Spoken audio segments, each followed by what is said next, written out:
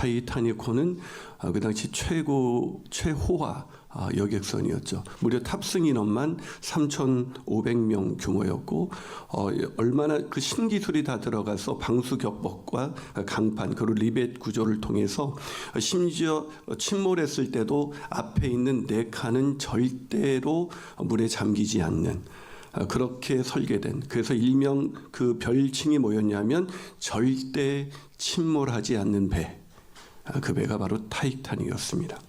그러나 우리가 아는 것처럼 1912년 4월 15일 북대서양에서 빙산과 충돌함으로 인해서 절대 침몰하지 않는 배라고 불렸던 타이타닉호의 첫 출항이 마지막 항해가 되고 말았습니다.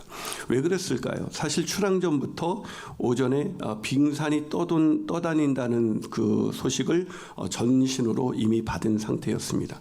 특히 이 침몰하기 하루 전날에는 빙산이 있다는 경고를 무려 6통이나 받았지만 그 경고를 다 가벼이 여겼기 때문에 그렇습니다. 사랑 여러분, 인생이 갑자기 망하는 것 같지만 누구에게나 경고가 있습니다. 그러나 그 경고를 설마라는 그런 생각 속에서 어느덧 그 경고가 어느 날 갑자기 나에게 고난이 오고 내 인생이 무너진 것처럼 느껴지게 만들 뿐 사실은 갑자기 침몰하는 인생은 존재하지 않습니다. 오늘 본문도 마찬가지입니다. 오늘 본문은 북왕국 이스라엘이 그 침몰에 가는 과정 속에서 하나님께서 마지막으로 울린 그런 사이렌 소리와 같은 그런 비상 경보를 울리고 계십니다. 오늘 본문 14절은 마지막은 굉장히 우울하게 끝납니다. 이스라엘이 궁궐을 지었지만 자기들이 지은 창조주를 잊었다. 유다 백성이 견고한 성읍을 많이 세웠지만 내가 불을 지르겠다. 궁궐들과 성읍들이 모두 불에 탈 것이다. 정말 무서운 경고이죠. 이 경고, 이 사이렌 소리를 듣고 경각심을 가지고 그들이 이때라도 돌이킬 수 있었다면 북왕국 이스라엘의 운명은 달라질 수 있었을 것입니다. 그러나 그럼에도 불구하고 이 북왕국 이스라엘 사람들은 여전히 이 마지막 이 엄중한 사이렌 소리를 가벼이 여기고 말았습니다. 아니 심지어 그들은 왜 무엇을 회개해야 될지 모른 채 이렇게 망해가는 이런 상황 속에서도 왜 갑자기 뭐가 잘못됐지? 왜 이렇게 갑자기 인생이 이렇게 엉망이 된 거야? 그러면서 원망과 불평을 쏟아내었을 뿐 그 원인이 무엇인지 여전히 모른 채 그렇게 영적으로 무뎌진 상태에 처하고 말았던 것입니다. 사랑하는 여러분, 노아의 시대도 그랬듯이 언제나 그렇게 우리는 하나님의 경고에 무뎌진 인간들로 살아가고 있습니다. 그래서 하나님이 계속해서 경고의 말씀을 들려주시고 있음에도 불구하고 사람들은 그 경고 소리를 가볍게 여김으로 말미암아 어느 날 갑자기 침몰하는 것처럼 자신의 인생이 엉망이 되었다라는 그 상황에 들여가서야 비로소 깨닫기 시작하는 것입니다. 사랑하는 여러분, 왜 하나님의 경고에도 불구하고 사람들은, 아니 우리들은 왜 그렇게 무디어져 가는 것일까? 첫 번째로 하나님을 안다는 착각 속에 있기 때문에 그렇습니다. 내가 하나님을 잘 안다, 하나님을 잘 믿고 있다라는 그 착각이 우리를 무디게 만듭니다. 여러분, 오늘 본문 1절과 3절을 세번역으로 한번 같이 읽어보겠습니다. 읽겠습니다. 시작. 나팔을 불어서 비상경보를 알려라. 이스라엘 백성이 나의 언약을 깨뜨리고 내가 가르쳐준 율법을 어겼으므로 적군이 독수리처럼 나 주의 집을 덮칠 것이다. 우리의 하나님, 우리 이스라엘이 주님을 압니다 하고 나에게 호소하면서도 복된 생활을 뿌리치니 적군에게 쫓길 것이다. 뭐라고요? 우리 하나님, 우리 이스라엘이 주님을 잘 알고 있습니다 라고 호소하면서도 그런 하나님이 원하시는 그런 생활을 뿌리치니 그들은 망할 수밖에 없다라고 얘기하고 있는 것입니다. 여러분, 북왕국 이스라엘이 하나님의 경고에도 불구하고 그렇게 제대로 반응할 수 없었던 그것은 바로 하나님을 잘 알고 있다, 하나님을 그래도 이 정도면 잘 믿고 있다라는 그런 착각 때문에 그렇습니다. 여러분, 어떻게 착각에 빠질 수 있을까라고 생각하지만 그렇지 않습니다. 여러분, 착각은 아주 쉬워요. 가끔은 제정신이라는 책이 있습니다. 그러니까 우리가 가끔 제정신으로 산다는 거예요. 책 제목이 재미있지 않습니까? 근데 그분이 서울의 그 심리학자이자 우리나라에 잘 알려진 그런 교수님이시죠. 근데 그분이 어떤 얘기를 하냐면 서울에 자기가 대학에 처음 들어갔을 때 어떤 이제 강의의 교양 과목에 들어갔는데 어떤 예쁜 여학생이 자꾸 뒤를 쳐다보더랍니다. 그 강의를 끝나고 나왔는데 자기 친구가 야, 쟤가 나를 좋아하는 게 틀림이 없어 그러더래요. 왜 무슨 근거로 그랬더니 걔가 나를 몇 번 쳐다봤는지 알아? 하면서 그 쳐다본 횟수를 말하더래요. 그러니까 그 자매가 자꾸 쳐다보니까 이제 자기를 좋아하고 관심이 있나 보다 이렇게 착각을 한 거죠. 근데 곰곰이 생각해 보니까 그 자매가 왜 계속 이 자기 친구를 쳐다봤을까? 이 친구가 계속 그 자매를 뚫어지게 쳐다보고 있었기 때문에 그 시선이 불편해서 왜지 하고 본 거를 착각했다는 이야기로 시작합니다. 여러분, 우리는 왜 하나님을 잘 안다고 잘 믿는다고 착각할까요? 여러분, 아무리 호세아서를 들으면서도 와, 진짜 내가 이렇게 살고 있구나, 그렇게 깨닫고 계십니까? 많은 분들이 교회를 열심히 다니고 예배를 드리고 성경을 공부하고 또 훈련도 하고 봉사도 하면 내가 그래도 하나님을 잘 안다라고 착각에 빠집니다. 사랑하는 여러분, 하나님을 아는 것의 가장 큰 방해물은 하나님에 대한 지식만 갖고 있는 것입니다. 하나님을 아는 것에 대한 가장 큰 방해물은 하나님에 대한 지식을 갖고 있는 것입니다. 하나님과 깊은 사귐은 없죠. 하나님이 오늘 내 삶 가운데 어떻게 개입하시고 오늘 내 삶을 어떻게 인도하시는지 실제적인 그런 간증은 없습니다. 그러나 하나님에 대한 이야기는 참 많이 들었어요. 그래서 하나님을 안다고 착각을 합니다. 그러나 그렇게 하나님을 안다고 착각하는 사람들에게 예수님은 이렇게 말씀하셨습니다. 마태복음 7장 21절 23절입니다. 나더러 주여 주여 하는 자마다 다 천국에 들어갈 것이 아니요 다만 하늘에 계신 내 아버지의 뜻대로 행하는 자라야 들어가리라. 그날에 많은 사람이 나더러 이르되 주여 주여 우리가 주의 이름으로 선지자 노릇하고 주의 이름으로 귀신을 쫓아내며 주의 이름으로 많은 권능을 행하지 아니하였나이까 하리니 그때 내가 그들에게 밝히 말하되 내가 너희를 도무지 알지 못하니 불법을 행하는 자들아 내게서 떠나가라. 여러분, 정말 황당하지 않습니까? 주님을 늘 찾는 사람들이었습니다. 주님의 이름으로 선지자 노릇을 했고 주님의 이름으로 권능을 행했습니다. 그런 사람들을 주님이 도무지 알지 못한다고 말씀하십니다. 아니, 불법을 행하는 자라고 말합니다. 왜 그럴까요? 이렇게 주님을 위해서 일하는 사람이 있습니다. 여러분, 주님의 이름으로 권능을 행한 적이 있습니까? 주님의 이름으로 선지자 말씀을 전해보신 적이 있습니까? 그런데도 그런 엄청난 일을 감당했음에도 불구하고 하나님은 내가 너희를 도무지 알지 못한다고 얘기하고 있습니다. 왜 그럴까요? 그들의 열매 때문에 그렇습니다. 오늘 보면 이 얘기를 하시기 전에 예수님은 앞절 마태복음 7장 18절에서 20절에서 이렇게 말씀하십니다. 좋은 나무가 나쁜 열매를 맺을 수 없고 못된 나무가 아름다운 열매를 맺을 수 없느니라. 아름다운 열매를 맺지 아니하는 나무마다 찍혀 불에 던지느니라. 이러므로 그들이 열매로 그들을 알리라. 그들이 무엇을 얼마나 열심히 종교 생활을 하는지 그것이 아니라 그들의 열매로 그들을 알 수 있다. 그들이 하나님을 아는 사람들인지 아닌지를 알 수가 있다는 것입니다.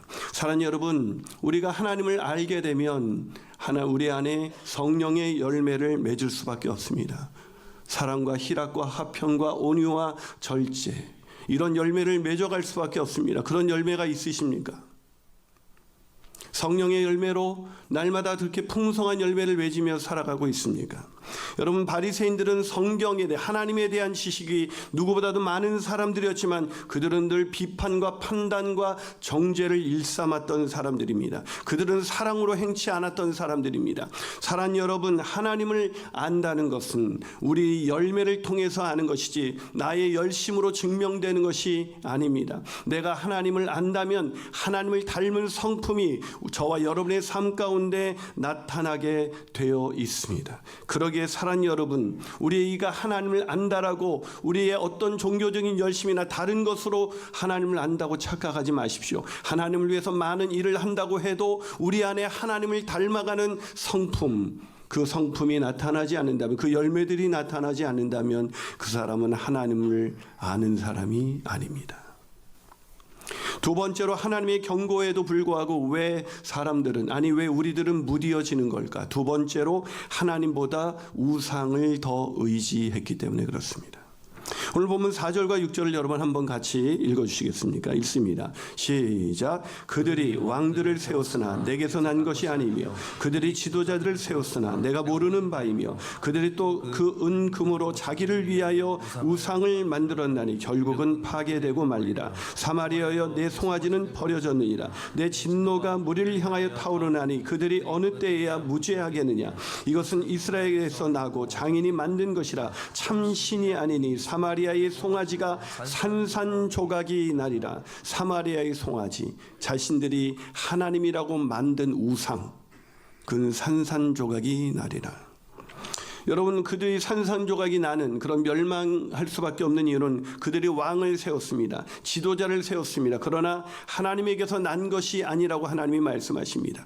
그들은 자기를 위하여 우상을 만들었습니다. 은과 금으로 금송아지를 만들고 그것을 하나님이라고 불렀습니다. 그러나 그것은 하나님이 아니었습니다. 그것은 우상이었습니다. 사랑하는 여러분, 인간이 만들어낸 것은 인간을 지킬 수가 없습니다.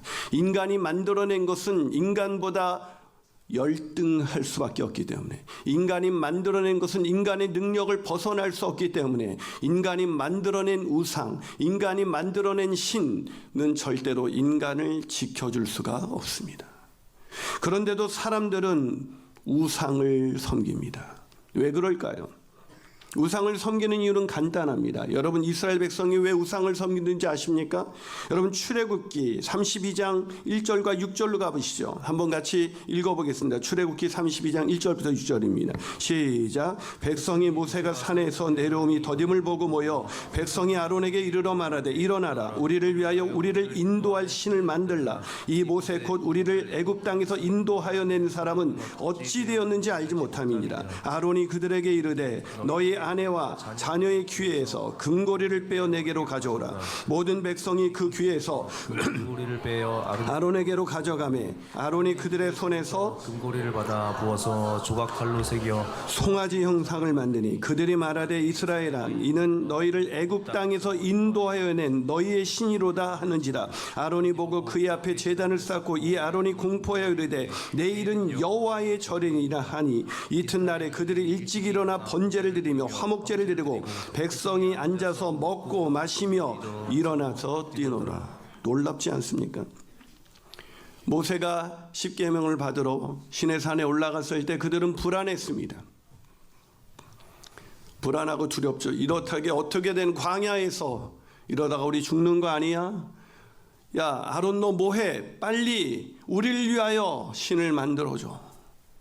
또 아론이 모든 금덩이를 갖고 오게 합니다. 그리고 그걸로 송아지, 금송아지를 만들죠. 그리고 말하여 애굽에서 인도하여 낸 너희의 신. 여호와의 애굽에서 인도하신 분이 누구죠? 여호와. 그들은 금송아지를 하나님이라고 부른 거예요.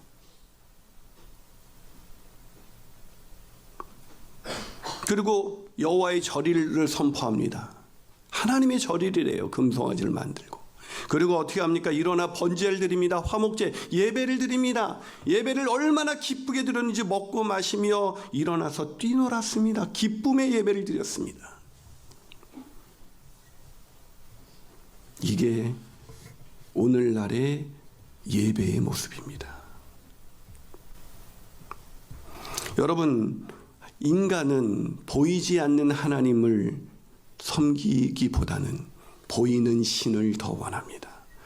그래서 대표적으로 우리가 섬기게 되는 우상이 돈이죠. 돈은 확실하잖아요. 저도 갑자기 집주인에서 전화가 오더니 원래 오래 살려고 그래서 들어갔는데 전세를 갑자기 나가래요. 집을 팔겠답니다.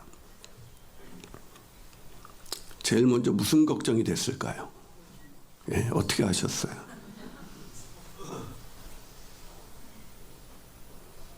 돈이 없으면 불안합니다. 그래서 우리는 눈에 보이는 것으로, 인간이 만들어낸 것으로, 돈은 인간이 만들어낸 것이죠. 인간이 만들어낸 것으로 안정을 누리고 싶어요. 거기서 우상이 탄생하는 겁니다. 보이지 않는 하나님은 나를 오늘 어디로 인도할지 몰라요. 그분의 생각은 우리의 생각보다 커서 헤아릴 수가 없어요. 불안하죠. 하나님을 따라간다는 게.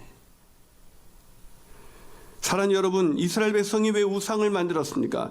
보이지 않는 하나님께로 간 모세를 기다리다 보니까 불안해지고 두려워졌습니다. 자신들을 애굽에서 인도하신 그 하나님을 까맣게 잊어버리고 눈에 보이는 하나님을 만들길 원했습니다. 사랑하는 여러분, 교회를 다니면서도 하나님만 섬기며 하나님만 의지하지 못하도록 사탄은 우리에게 불안과 두려움을 조장합니다. 너 노후 준비는 됐어? 너 이번에 당장 이사 가야 되는데 어떻게? 너희들 아이들 교육할 건 다 준비가 됐어? 라고 얘기합니다. 그래서 우리는 보이지 않는 하나님을 의지하기보다는 눈에 보이는 무엇인가를 꽉 붙잡고 싶어서 하나님을 우상의 형상으로, 하나님을 내 찬송의 목적이 아니라 내가 원하는 것을 이루어주는 수단으로 바꾸어 버리는 것입니다. 하나님은 수단이 될 수 없습니다. 하나님은 창조 주인이십니다. 하나님은 우리가 원하는 것을 이루어주는 존재가 아니라 우리의 주인이십니다. 우리를 이끌어 가시는 분이십니다. 우리의 삶에 하나님의 뜻을 이루시는 창조주 하나님이신 것입니다. 그런데 우리는 창조주 하나님을 내가 원하는 것을 이루어주는 수단으로 바꾸어 버리고 그것을 이루어 달라고 기도하고 그것을 이루어 달라고 하나님 앞에 매달리면서, 하나님, 내가 이렇게 열심히 예배드렸으니까 하나님 나에게 이것을 이루어 주시옵소서라고 말하는 것이 바로 금송아지입니다. 사랑하는 여러분, 왜 영적으로 무뎌지는지 아십니까? 하나님을 우상으로 바꾼 사람은 하나님의 경고가 들리지 않습니다. 우상이 중요하죠. 돈이 중요하고 세상의 권력이 중요하고 세상의 힘이 중요하죠. 이것밖에 보이지가 않습니다. 저도 제가 처음에 개척할 때 이렇게 걱정이 돼서 우리가 재정이 부족한데 함께 기도합시다 그랬더니 그 기도에 따라왔던 한 집사님이, 어린 딸이 그러더라고요. 목사님, 하나님이 있잖아요 그러더라고요. 사랑하는 여러분, 저와 여러분이 우상을 안 섬기고 있다고 생각하십니까? 저와 여러분이 하나님만 의지하고 있다고 생각하십니까? 그것만 된다면 다 된 겁니다. 그게 잘 안 됩니다. 그래서 호세아서를 통해서 계속해서 경고의 메시지를 주고 계시는 것입니다. 무디어지지 않도록. 마지막으로 하나님의 경고에도 불구하고 왜 무뎌지는 걸까? 그것은 율법을 읽고도, 말씀을 읽고도 죄를 깨닫지 못하기 때문에 그렇습니다. 자, 오늘 본문 11절부터 13절을 우리 한번 같이 읽어보도록 하겠습니다. 읽습니다. 시작. 에브라임은 죄를 위하여 제단을 많이 만들더니 그 제단이 그에게 범죄하게 하는 것이 되었도다. 내가 그를 위하여 내 율법을 만 가지로 기록하였으나 그들은 이상한 것으로 여기도다. 그들이 내게 고기를 제물로 드리고 먹을지라도 여호와는 그것을 기뻐하지 아니하고 이제 그들의 죄악을 기억하여 그 죄를 벌하리니 그들은 애굽으로 다시 가리라. 사랑하는 여러분, 오늘 본문에 있는 사람들이 죄를 위하여 제단을 많이 만들었고 하나님이 그들을 위하여 율법을 만 가지로 주셨다는 얘기는 충분한 계시가 이루어졌다. 충분히 하나님을 알도록 율법을 주셨지만 그들은 그 율법을 이상한 것으로 여겼습니다. 이상한 것으로 여긴 그들의 그 다음 행동은 뭐예요? 고기를 제물로 드렸다는 게 무엇입니까? 예배를 드렸다는 것입니다. 번제물로 드리고 드린 것을 먹고 나누며 뛰놀면서 우리가 예배를 열심히 드리고 하나님의 말씀을 열심히 지켰으니 하나님이 우리에게 세상 형통을 주실 거야. 우리가 원하는 것을 주실 거야. 우리가 하나님의 말씀대로 잘 살았으니까 하나님께서 우리에게 복을 주실 거야 라고 그렇게 이상한 것으로 바꿨다는 겁니다. 사랑하는 여러분, 말씀을 본다고 우리가 구원에 이르는 것이 아닙니다. 이 말씀을 오해하면, 말씀을 보는데 말씀을 오해하면 우리는 완전히 이상한 우상 숭배자로 변질됩니다. 제가 청소년 사역을 할 때 청소년이 더 이상 교회를 나오지 않는 거예요. 그래서 만나서 왜 안 나오냐 그랬더니 하나님이 내가 원하는 대학 안 보내주셨잖아요. 그래서 내가 그렇게 말했습니다. 공부는 네가 못했는데 왜 하나님을 탓하니? 사업하면서도 그래요. 자기가 잘못해놓고 하나님 왜 이러세요? 그래요. 사랑하는 여러분, 성경을 읽는다고 다 영생을 누리는 게 아닙니다. 많은 분들이 아직도 내가 예수 잘 믿으면 하나님이 나에게 복을 주시겠죠. 복을, 예수 믿으면 복을 주시는 것이 아니라 예수 믿는 게 복입니다. 근데 그걸 깨닫지 못하는 사람은 예수를 믿어서, 예수 믿는 게 인생의 목적이 아니라, 예수 믿고 하나님께 영광을 돌리는 게 목적이 아니라, 예수 믿어서 내가 원하는 것을 얻는 게 목적이에요. 하나님을 수단으로 바꾸어버리죠. 이스라엘 백성이 그랬습니다. 율법을 주신 이유를 알지 못했어요. 하나님이 율법을 왜 주셨습니까? 여러분, 율법을 잘 지켜서 너희들이 하나님 앞에 칭찬받아서, 너희들 율법 잘 지켰으니까 내가 이제 세상에 이 선물, 너희들이 원하는 복을 줄게, 이러기 위해서 율법을 주시고 제사를 주셨습니까? 우리가 레위기를 배웠지만 레위기에서 율법과 제사는 우리의 죄를 깨닫고 하나님을 알게 하기 위해서, 우리가 제대로 된 믿음을 갖게 하기 위해서 주신 것입니다. 그래서 로마서 3장 20절 율법을 주신 이유를 이렇게 말씀합니다. 그러므로 율법의 행위로 그의 앞에 의롭다 하심을 얻을 육체가 없나니 율법으로는 뭐라고요? 율법을 왜 주셨다고요? 죄를 깨닫고, 죄를 깨달으면 어떻게 되는데, 내가 구제불능의 죄인이구나, 내 죄를 해결할 방법이 없구나, 내 능력으로는 죄가 해결되지 않는구나, 오직 예수 그리스도를 믿는 믿음이 아니면, 예수 그리스도께서 내 죄를 대신해서 십자가에서 죽으시고 부활하신 그 은혜가 아니면 내 죄가 사해질 수가 없구나. 그래서 율법은 몽학 선생이에요. 죄를 깨달아서 예수께로 인도하기 위해서 율법을 주셨는데, 그 율법을 지켰으니 세상 복을 달라고 율법을 가지로 주셨지만 그걸 이상한 것으로 바꾸어 버린 것입니다. 사랑하는 여러분, 오늘 이들이 왜 이렇게 영적으로 무뎌졌습니까?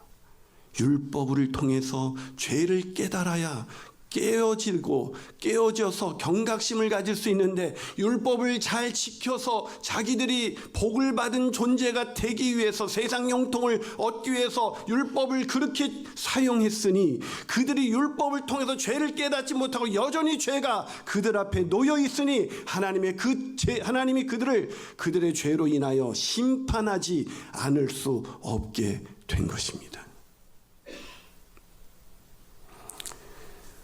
사랑하는 여러분, 오늘은 마지막 경고입니다. 반주를 눌러실래요? 마지막 사이렌을 하나님이 울리고 계시죠. 그런데 이스라엘 역사를 아시면, 이 성경 파노라마를 공부하셨으면 아시겠지만, 결국 북한국 이스라엘은 끝까지 무디어진 상태로 결국 아시리아에 의해서 망하고 맙니다. 그렇게 망하고 나서야 그들은 비로소 그때야 자기들이 우상 숭배의 죄 때문에 망하게 되었다는 것을 그제야 깨닫습니다. 사랑하는 여러분, C.S. 루이스는 고통의 문제에서 이런 얘기를 합니다. 하나님은 우리의 즐거움 속에서 속삭이시고 우리의 양심을 통해서 말씀하시며 고통 속에서는 소리쳐 외치신다. 고통은 귀먹은 세상을 깨우는 하나님의 확성기입니다. 혹시 뭔가 왜 이렇게 됐지? 라고 생각하신다면, 우리의 영적인 무뎌짐을 깨우치는 하나님의 음성으로 들려지기를 주님의 이름으로 축복합니다. 기도하시겠습니다. 사랑하는 여러분, 성경은 그 어디에서도 율법을 잘 지키고 예배를 잘 드리고 그렇게 봉사를 많이 하면 세상에서 형통하게 될 거라고 가르치지 않습니다. 오히려 예수님은 예수를 믿고 따르는 제자들에게 너희가 세상에서 미움을 당할 것이고 너희가 세상에서 환난을 당할 것이나 담대하라, 내가 세상을 이기었다라고 말씀하십니다.